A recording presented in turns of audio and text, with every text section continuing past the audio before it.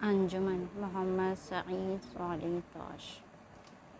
70 کی دہائی کے اوائل میں ہمارا محلہ جو زیبا روڈ میں واقع تھا، ثقافتی حوالے سے اس کی حالات کچھ ٹھیک نہ تھی، جبکہ پہلے یہ محلہ مذہبی حوالے سے بہتر تھا، لیکن جوان نسل نے اس کی حالت خراب کر دی تھی۔ ایسی حالات میں ابراہیم ہادی ہمارے محلے میں اپنے خالہ کو، جو ہماری پڑوس میں رہتی تھیں، ان کے یہاں رہنے آئے تھے۔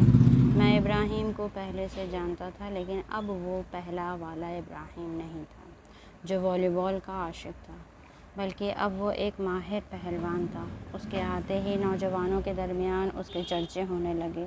کوئی کہتا یہ ابراہیم کتنا بامعارف جوان ہے، تو دوسرا اس کی کشتی کی تعریف کرتے ہوئے کہتا ہے ابراہیم کے مقابلے کا کوئی نہیں، تیسرا اس کی طاقت کے گن گاتا، وغیرہ۔ آپ یقین نہیں کریں گے، ہمارے محلے کے سارے جوان اس کے گرویدہ ہو گئے تھے۔ جب وہ اکھاڑے کی طرف جاتا تو وہ لڑکے اس کے پیچھے جاتے۔ میں دعوے کے ساتھ کہہ سکتا ہوں کہ ابراہیم کی شخصیت نے ان مخوف جوانوں کو راہ راست پر لایا تھا۔ بہت سے جوان جو ہمیشہ منکرات اور منشیات کے در پہ رہتے تھے، وہ ابراہیم کی خاطر سب کچھ چھوڑ کر اپنے نئے سرمشق ابراہیم کے پیچھے رہنے لگے تھے۔ ہمارے محلے میں ایک اور جوان بھی رہتا تھا جس کا نام عبداللہ مظہر تھا۔ اس زمانے میں اس کے پاس گریجویٹ کی ڈگری تھی اور بہت ہی خوش اخلاق شخص تھا۔ وہ شاہ کے مخالفین میں سے تھا۔ ابراہیم سے اس کی اچھی دوستی تھی۔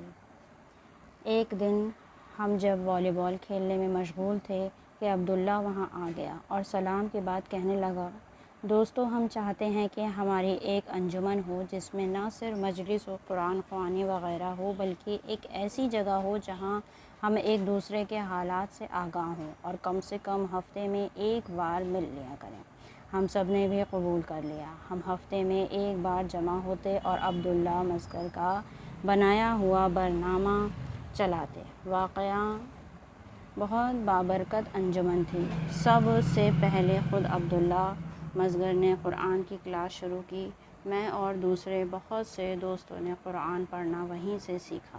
چونکہ عبداللہ سب سے زیادہ پڑھا لکھا تھا، اسی لیے وہی ہمیں تفسیر قرآن اور روزمرہ کے مسائل سے بھی آشنا کراتا تھا۔ ہم دوستوں کو انجمن سے اتنا لگاؤ تھا کہ اگر کوئی دوست کہیں چلا جاتا تو ہفتے وار جلسے کے لیے وہ کسی نہ کسی طرح وہاں وقت پر پہنچ جاتا۔ ان جلسات کا ایک محکم ستون ابراہیم تھا۔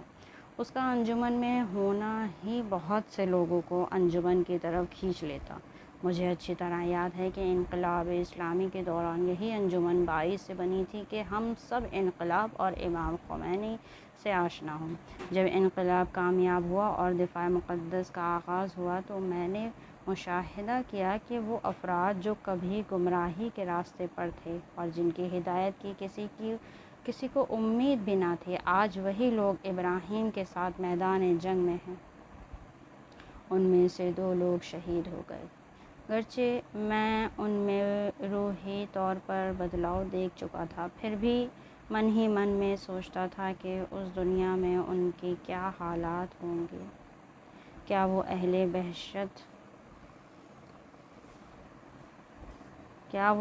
بہشت کے ساتھ ہوں گے؟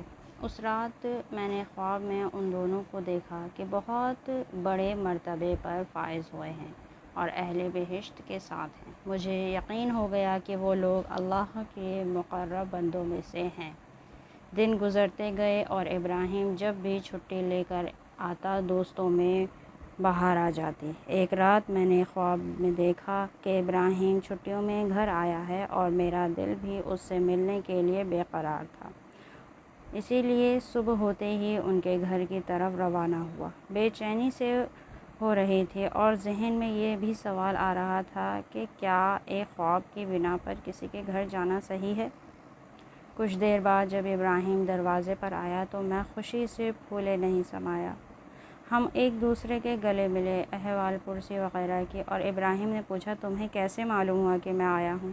میں نے بھی کہا یہ دلوں کا رابطہ ہے جناب، جب بھی آپ چھٹی لے کر آتے ہو تو مجھے خواب میں معلوم ہو جاتا ہے، گرچہ وہ کم عرصے کے لیے رکا، لیکن یہ ان دنوں کو یاد کرنے کے لیے کافی تھا کہ جب ہم ساتھ رہتے، ساتھ والی بال کھیلتے، انہیں ساری یادوں کے بارے میں بات کرتے اور مسکراتے۔ میں وہ آخری ملاقات کبھی نہیں بھول سکتا جب اس سے ملا۔ وہ ایک الگ انداز میں مجھ سے کہنے لگا، میں جا رہا ہوں، کوئی کام وغیرہ تو نہیں ہے؟ اسے یقین تھا کہ یہ آخری ملاقات ہے، اور اس وقت بھی پھر سے ان حسین دنوں کی باتیں ہونے لگیں جب ہم والی بال کھیلا کرتے تھے۔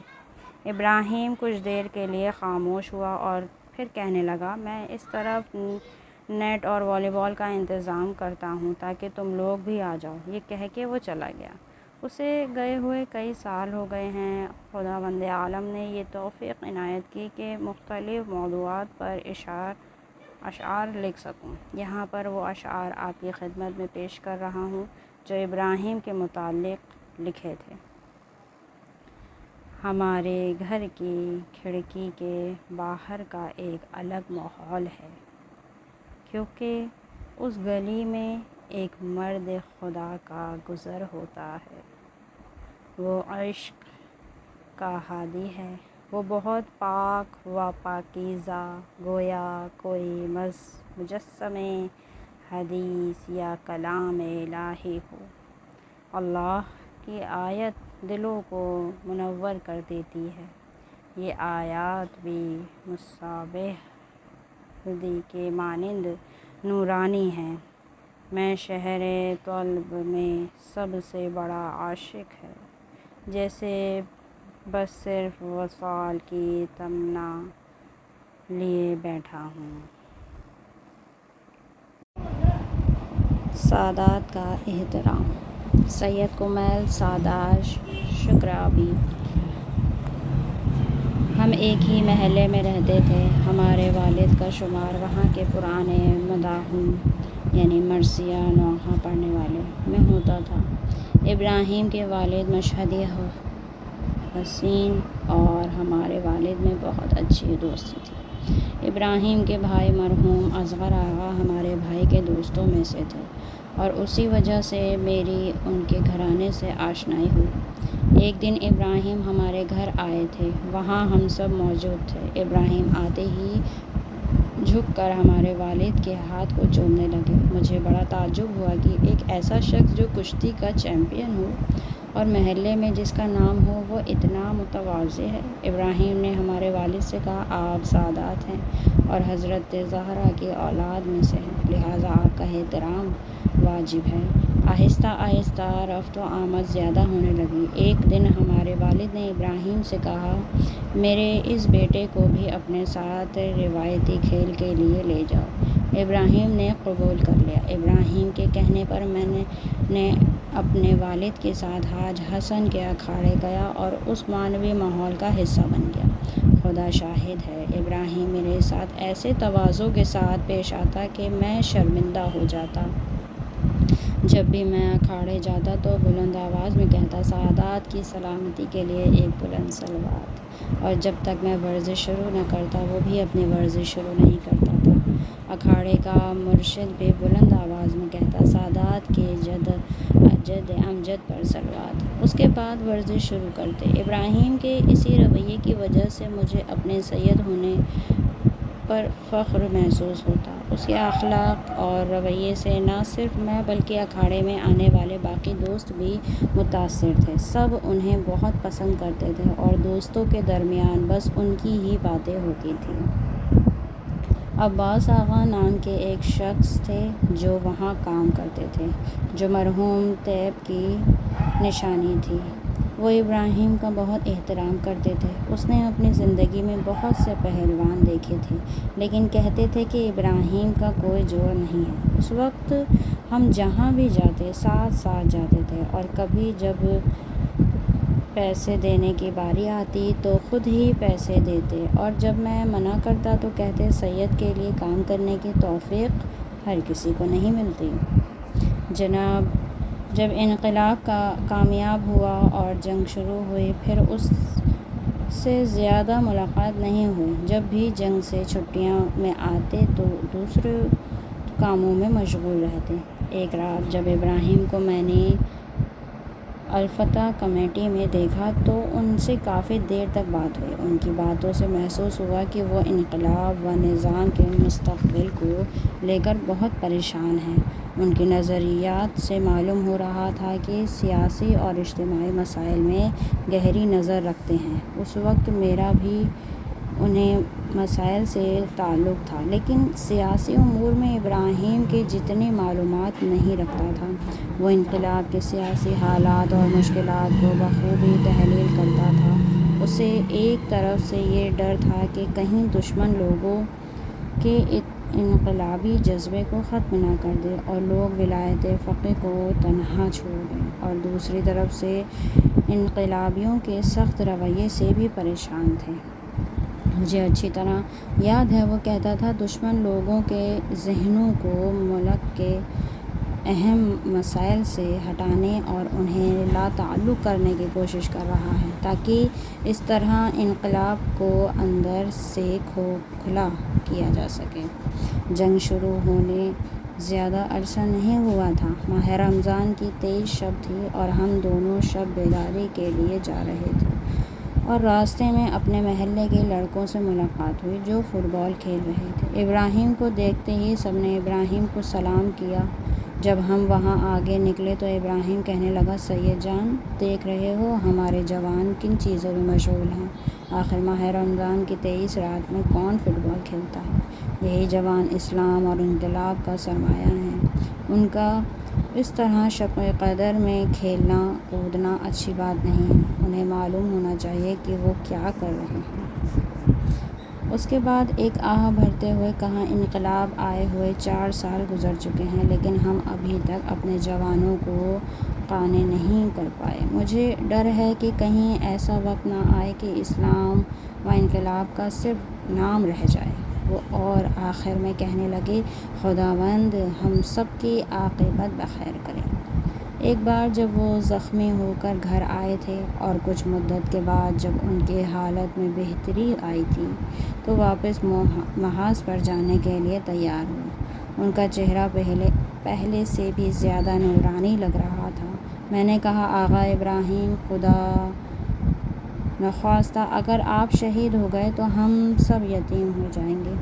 وہ مسکراتے ہوئے کہنے لگے، آپ یہ کیسی باتیں کر رہے ہیں؟ اللہ پر بھروسہ رکھیں، ہم سب کو ایک نہ ایک دن جانا ہے، اور آپ تو سعادت ہیں، حضرت زہرا سلام اللہ علیہا کی اولاد میں سے ہیں اور اللہ تعالیٰ کے نزدیک آبرو رکھتے ہیں۔ اپنی جدو حضرت زہرا سلام اللہ علیہا کا واسطہ دے کر دعا کریں کہ اس انقلاب و امام کے حفاظت فرمائیں۔ آپ خود بھی جتنا ہو سکے اس انقلاب کے لیے کام کریں۔ اسی سال کے آخر میں ان کی شہادت کی خبر ملی۔ یہ خبر سن کر نہ صرف میں بلکہ ہمارے سارے دوست یتیمی کا احساس کر رہے تھے، اور ان کی شہادت کے اگلے سال حاج حسین نے یہ کہتے ہوئے اکھاڑا بند کیا کہ ابراہیم اپنے ساتھ یہاں کی رونق بھی لے گیا۔ سرخ رومال والے مرتضیٰ پارسایان۔ ابراہیم سے میں انقلاب کے دنوں میں آشنا ہوا تھا، کیونکہ ایک رات حرم شاہ عبداللہ العظم کے باہر موٹر سائیکل پارک کر رہے تھے کہ اس نے سلام کیا اور احوال پرسی کی اور پوچھنے لگے، کس محلے میں رہتے ہو؟ میں نے جواب دیا، خراسان اسکوائر، شاہین روڈ۔ پتہ سنتے ہی آگے بڑھا اور ہاتھ ملاتے ہوئے کہا کہ ہم دونوں ایک ہی محلے میں رہتے ہیں، میں بھی خراسان اسکوائر کے نزدیک رہتا ہوں۔ اس دن کے بعد ہماری اکثر ملاقات ہوتی تھی اور ہم اچھی دوست بن گئے تھے۔ سال 1979 کی گرمیوں میں میرا گلگستان جانا ہوا اور میں وہاں پاؤں شہر میں اصغر وصالی کے گروپ میں شامل ہو گیا۔ اس گروپ میں سب سے چھوٹا میں تھا۔ اس وقت میری عمر کچھ 12 سال کے آس پاس تھی۔ میری عمر کم ہونے کے باوجود بھی مجھے اس گروپ میں شامل کیا گیا، کیونکہ اصغر مجھے جانتے تھے اور یہ بھی جانتے تھے کہ میں اتنی کم عمر میں شاہ کے فوجیوں کے ہاتھوں سیاسی قیدی کے عنوان سے جیل بھی کاٹ چکا ہوں۔ اصغر و صالح خود بھی انقلاب سے پہلے سیاسی قیدیوں میں سے تھے، حتیٰ انہیں موت کی سزا بھی سنائی گئی تھی، لیکن اللہ تعالیٰ کی مشیت یہ تھی کہ وہ زندہ رہے۔ انقلاب کے بعد وہ اپنی اہلیت کو ساتھ لے کر کردستان چلے گئے اور وہاں انقلابی سرگرمیوں میں مشغول ہو گئے۔ جب قوم میں لڑائی شروع ہوئی تو وہ بھی اپنے گروپ کے ساتھ میدان میں اتر گئے۔ ایک رات ہم چھاؤنی میں بیٹھے ہوئے تھے کہ اصغر ایک لال رومال لے آیا اور اس کے کئی ٹکڑے کیے اور ہم سب کو ایک ایک ٹکڑا دیا۔ اس نے اپنے گروپ کا نام سرخ رومال والے رکھا۔ اس کا کہنا تھا، یہ سرخ رومال ہمیں امام حسین علیہ السلام کے خون کی یاد دلاتا ہے، اور دوسری طرف سے یہ سرخ رومال ہمارے شہادت کے لیے آمادگی کی علامت ہے۔ اصغر گروپ کی اگر بات کروں تو کل 60 افراد پر مشتمل تھا، اور ان میں سے 50 لوگ اسی سال درجہ شہادت پر فائز ہو گئے، اور صرف 10 نفر ابھی قید حیات میں ہیں۔ امام کے حکم پر لوگوں کے پرشور شرکت نے قوم میں کامیابی دلائی، اور ہم دوسری جگہ جس کا نام مہاباد تھا منتقل کیے گئے۔ مہاباد بٹالین میں ابراہیم بھی تھا۔ وہ پیشے سے استاد تھے، لیکن امام کے حکم کے بعد وہ بھی کردستان آئے تھے۔ میں نے آگے بڑھ کر سلام کیا اور حال احوال پوچھ ہی رہا تھا کہ اصغر و صالح بھی وہاں پہنچے۔ مجھے معلوم نہیں تھا کہ وہ دونوں ایک دوسرے کو جانتے ہیں۔ اصغر آتے ہی ابراہیم سے ایسے ملے جیسے برسوں کے بچھڑے ہوئے دوست ملے ہوں۔ اس کے بعد ابراہیم سے درخواست کی کہ لال رومال والوں کے گروپ میں شامل ہو جائیں، اور ابراہیم نے بھی ان کی درخواست قبول کی، اور ہم سب بیرک سے باہر نکل آئے۔ ہم نے سنا تھا کہ یہ جو جنگ ہو رہی ہے وہ جدائی طلب کرد افراد کی وجہ سے ہے، لیکن حقیقت کچھ اور ہی تھی۔ یہ سارا شاہ طرفداروں کا کیا دھڑا تھا، اور ان میں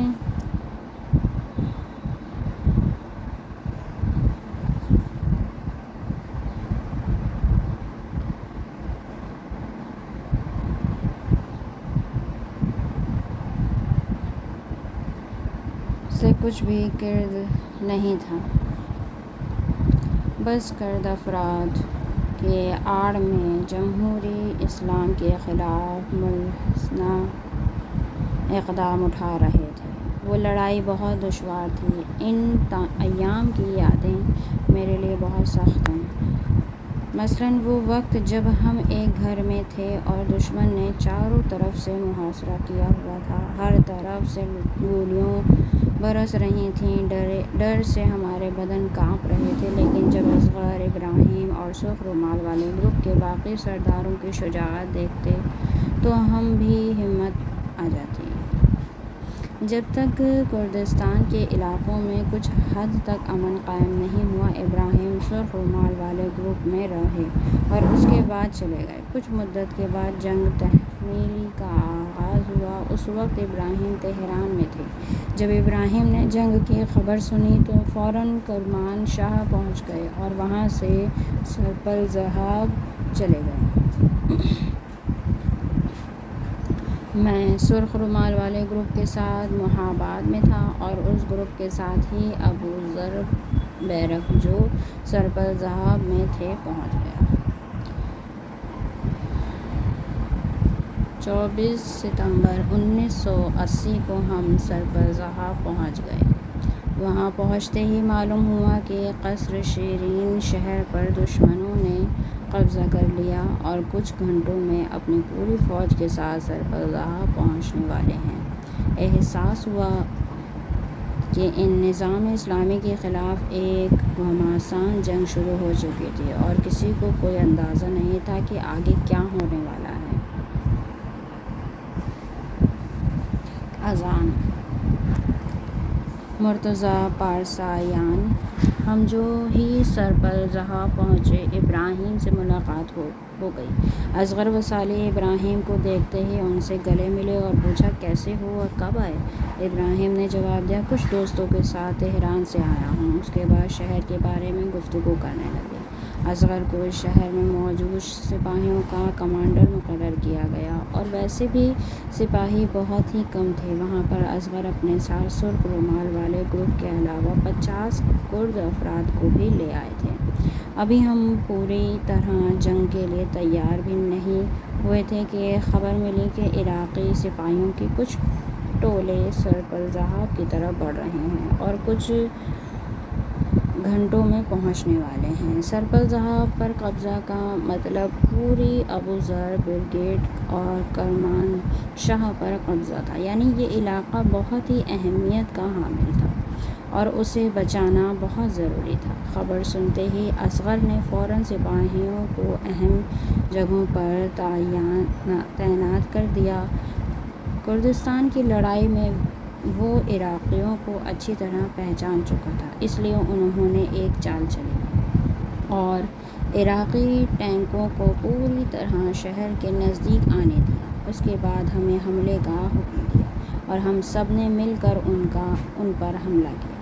مجھے اچھی طرح یاد ہے کہ ابراہیم ایک مورچے سے لانچر کے ذریعے گولے داغ رہا تھا۔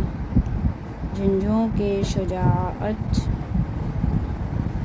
اقدام نے عراقی فوج پیچھے ہٹنے پر مجبور کر دیا، لیکن وہ توپ سے ہمارے ٹھکانوں پر مسلسل بمباری کر رہے تھے۔ ہمارے بہت سے سپاہی گھبرائے ہوئے تھے۔ ابراہیم ان کو حوصلہ بڑھا رہا تھا۔ جب ظہر کا وقت ہوا تو ابراہیم نے کہا میں چھت پر جا رہا ہوں۔ وہ ایک گھر کی چھت پر چڑھ گیا جہاں سے عراقی بھی اس کی آواز سن سکتے تھے۔ ایک چھوٹا سا اسپیکر اٹھایا اور اذان دینا شروع کی۔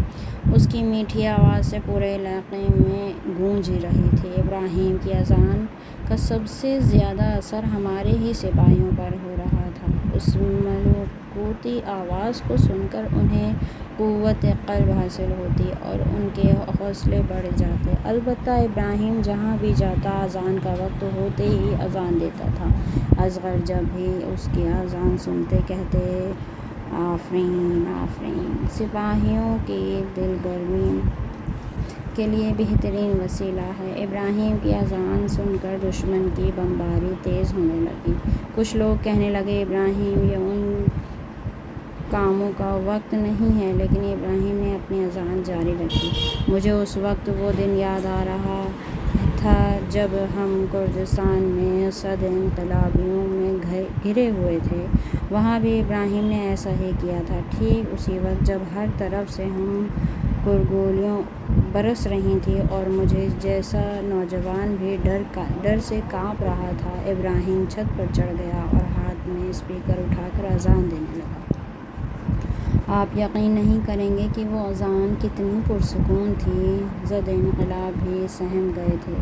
ہم یہ سوچ رہے تھے کہ ہم کمزور پڑ گئے اور جلد ہی ہتھیار ڈال دیں گے، لیکن اذان کی وہ دلنشین آواز جوانوں کے دلوں سے دشمن کا ڈر ختم ہونے کا سبب بنی۔ لیکن سرپلجہاں میں حالات کچھ اور تھے۔ دشمن ہر طرف سے حملے کر رہا تھا۔ شہر کے اطراف کی چوٹیاں ان کے قبضے میں تھیں، جس کا فائدہ اٹھا کر وہ دقیق نشانہ لے رہے تھے۔ ایسے حالات میں بھی اذان کا وقت ہوتے ہی ابراہیم ایک اونچی جگہ پر چڑھ جاتا اور بلند آواز میں اذان دیتا۔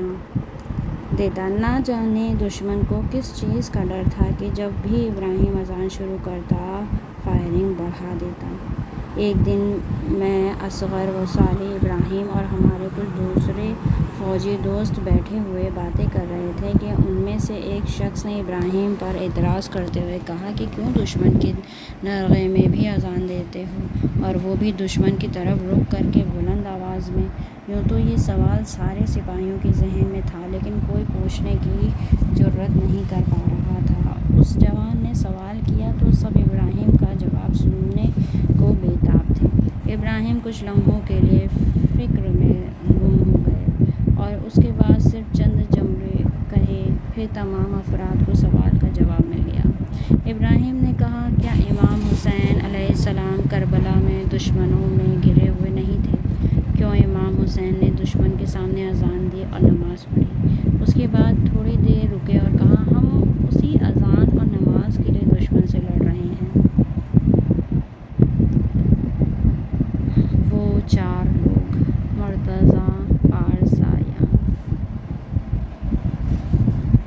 بہت سے جنگجو کا کہنا ہے کہ 8 سال جنگ بنی صدر کے جانے کے بعد دفاع مقدس میں تبدیل ہو گئی، یعنی جنگ میں دینی اور معنوی چیزوں کو زیادہ اہمیت دی جانے لگی۔ لیکن میرا ماننا ہے کہ سرپل ذہاب میں ہم نے اوائل جنگ سے ہی دفاع مقدس کا احساس کیا، کیونکہ وہاں ابراہیم موجود تھے۔ جب بھی ابراہیم کو وقت ملتا مداحی، سوز، سلام، منقبت وغیرہ شروع کرتے اور سپاہیوں کو معنوی امور کی طرف ترغیب دلاتے۔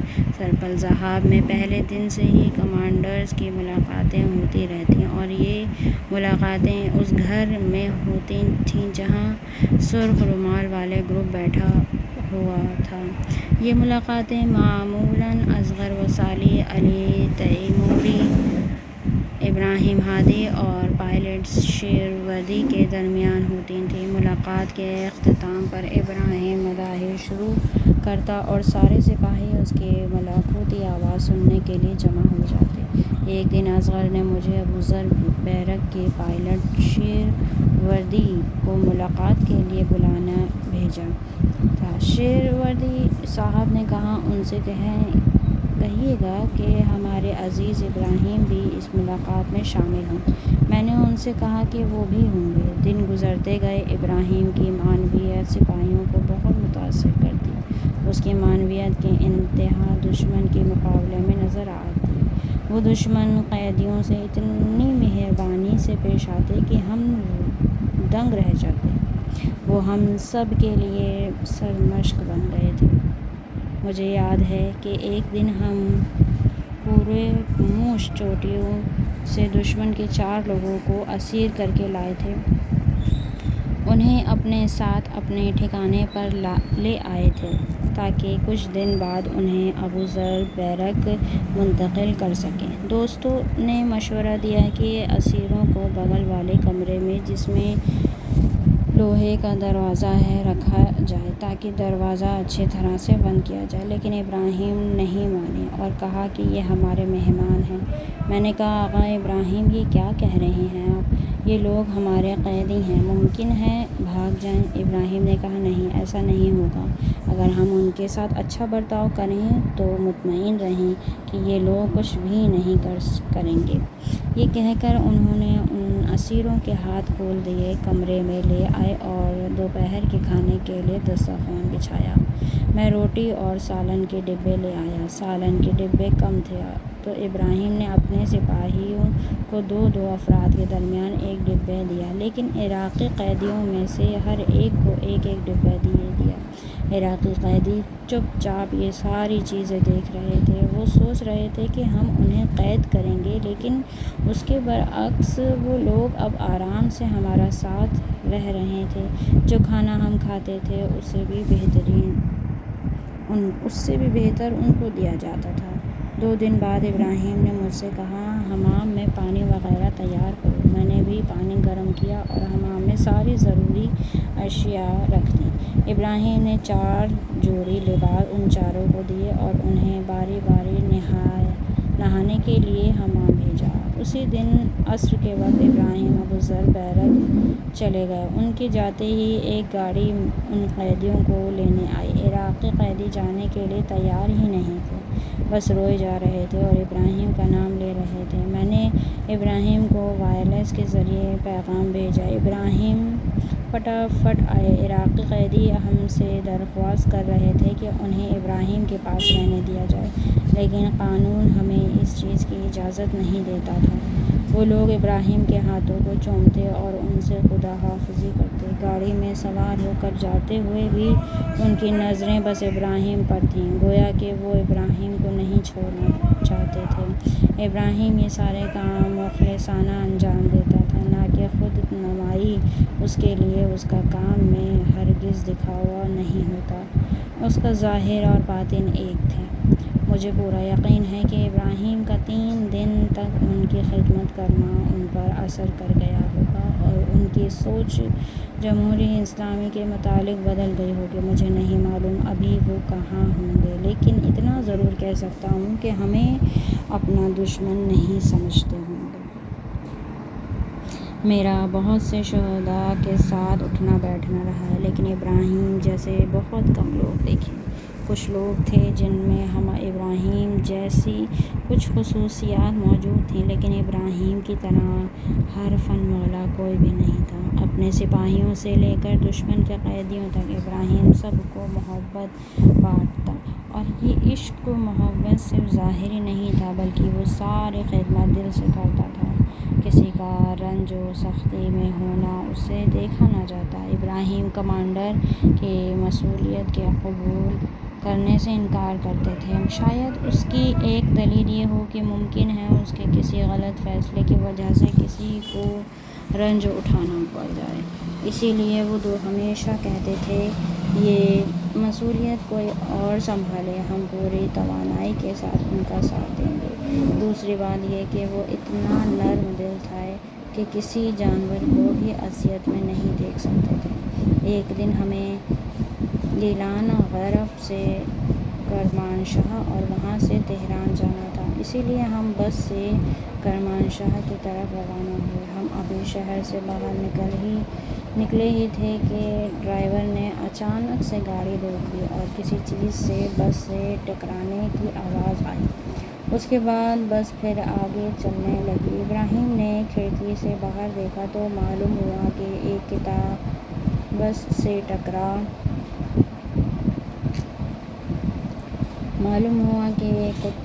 ٹکرایا ہے، اسی وجہ سے ڈرائیور نے اچانک بریک لگایا تھا۔ اس کتے کے پیر میں چوٹ لگی تھی۔ ابراہیم نے ڈرائیور سے کہا کہ بس روک دیں، میں دیکھتا ہوں کہ کیا ہوا ہے۔ ڈرائیور نے کہا کہ کچھ نہیں ہوا ہے، ایک کتا بس سے ٹکرایا تھا۔ ابراہیم نے دوسری دفعہ بلند آواز میں کہا بس روکیں، ہمیں اترنا ہے۔ ڈرائیور نے بس روک دی۔ ابراہیم ہم دونوں کا کرایہ دیا اور ہم اتر گئے۔ اترتے ہی اس کتے کو ڈھونڈنے لگے۔ تھوڑی سی دوری پر وہ کتا زمین پر زخمی پڑا ہوا تھا۔ ابراہیم نے اس کتے کی مرہم پٹی کر دی اور وہیں پڑی ایک لکڑی اور پلاسٹک سے اس کا پیر باندھا۔ یہ ابراہیم کی وہی محبت تھی کہ جو ایک کتے کے بھی کام آئی۔ وہیں پاس میں کھڑا ہوا ایک کردی شخص حیرانی کے ساتھ یہ منظر دیکھ رہا تھا۔ اس نے آگے آ کر ابراہیم کا شکریہ ادا کیا۔ ابراہیم نے اسے کچھ پیسے دیے اور کہا اس بے زبان کا خیال رکھنا اور اگر ممکن ہو تو اس کے لیے ہڈی وغیرہ بھی انتظام کرنا۔ 1 گھنٹے بعد ہم کسی اور منی بس میں سوار ہو گئے۔ میں پورے راستے اسی کے بارے میں سوچ رہا تھا۔ واقعاً اس کی شخصیت عجیب تھی۔ ایک کتے کی خاطر اتنی مشکلات برداشت کی اور اپنے سفر کو معطل کیا۔ مدتوں بعد رسول اللہ کی ایک حدیث میں نے سنی جس میں رسول اللہ فرماتے ہیں ایک کتے کو پانی پلانے کے